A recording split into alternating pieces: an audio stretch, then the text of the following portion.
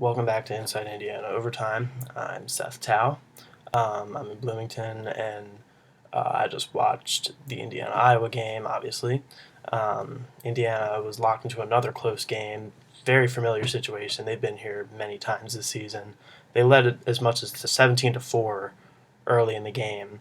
Got off to a 9-0 start, but ultimately couldn't hang on. Iowa came back, and the Hawkeyes win in overtime 96-90. Indiana's fifth straight loss, and obviously a devastating blow to anything they want to do for the rest of the season. Indiana really needed this game, and ultimately for Iowa, Peter Jok really won the game for the Hawkeyes. He's the leading scorer in the Big Ten. He's been doing it all for Fran McCaffrey this season. He scored 35 points tonight to lead the Hawkeyes, and he had an astounding number of free throws. He went 22 of 23 from the free throw line. That's an Iowa school record for most free throws made in a single game. 11 of those free throw attempts came in overtime. And, Peter Jok almost single-handedly put the game away for Iowa in overtime at the free throw line. Because heading into overtime, Indiana was in some pretty bad foul trouble. A few guys had 4 fouls, and a few guys had 3 fouls, and ultimately Josh Newkirk fouled out, James Blackman fouled out, Robert Johnson fouled out, and Juwan Morgan. All 4 of those guys fouled out in overtime, and Indiana just got put away at the free throw line by Peter Jok, who was very smart in going at these guys with a lot of fouls. Defensively for Indiana, a lot of defensive lapses on the inside, especially late in the game. Tyler Cook for Iowa, late in regulation, had a few monstrous dunks that really got the crowd into it for one of the first times all evening. And that really gave Iowa didn't take their first lead until there were 2 minutes left in the game. But, they had the momentum on their side for late in the second half, and they rolled into overtime and just kind of took it from the Hoosiers. I mentioned the foul trouble. Ultimately, there was a lot of fouls called tonight. There were 57 fouls called between the two teams. Iowa was shooting in the bonus just 5 minutes into the second half. Meanwhile, in the first half for Indiana, they went 11 minutes without getting whistled for a foul. But it's just another one of these situations where Indiana got off to a good start and their opponent did not, but Indiana just didn't take advantage enough of that good start and their opponent's bad start to really hold off at the end of the game. This is a recurring theme for Indiana, just not doing enough when their opponents are down to put the game away late. Turnovers, again, were a big issue, really, for both teams. It was a sloppy game by both teams in that respect. Indiana committed 22 turnovers. Iowa committed 17. Iowa looked really sloppy early in the game, but they got it together a little bit.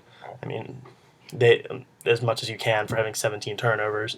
Indiana, when Iowa was down and playing very sloppy, Indiana wasn't really early in the game, but Indiana just got absolutely careless with the ball. And there's a really particularly bad one on an inbounds play late in regulation. After one of those Tyler Cook dunks, I believe, Thomas Bryant went to grab the ball to inbound it and was just totally careless, not even paying attention. And Iowa ran back, swiped the pass, and laid it in, kind of similar to what Devontae Green did a few weeks ago in that Penn State game that kind of really sealed the game for Indiana that day. But for the Hoosiers, Robert Johnson was in a bit of a slump, but he was much better tonight. He led the Indiana in scoring with 19 points, 7 of 14 shooting. He also chipped in 6 rebounds, 7 assists. He looked much more confident shooting the ball tonight, which is obviously good for Indiana. They really need Robert Johnson. James Blackman had 18 points. Thomas Bryant, double-double, 12 points, 11 rebounds. It's his 7th double-double of the season. But, there were a lot of times tonight where Thomas Bryant was really itching to get the ball in the post, and Indiana just wasn't able to feed him, and I mean they've struggled with that a little bit this season, but it had gotten better of late.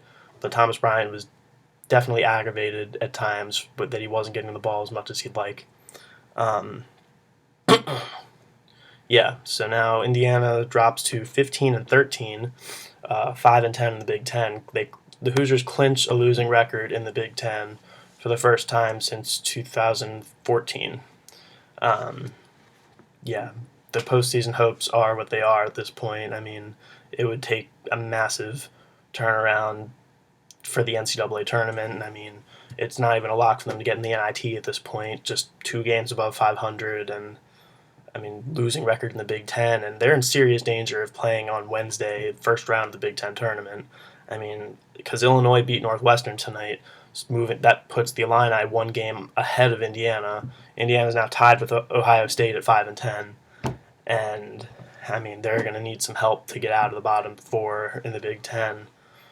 I mean, to not play on Wednesday, winning at Ohio State is a must, and they're really going to need some help from teams that play against Penn State and Nebraska and Illinois. Really, I mean, those are the teams that are kind of fighting to stay out of the bottom. But I mean, Indiana is what it is at this point, I guess. Yeah. So next game, Indiana's back home, final home game of the year, senior night for Colin Hartman on Saturday when Northwestern comes to town.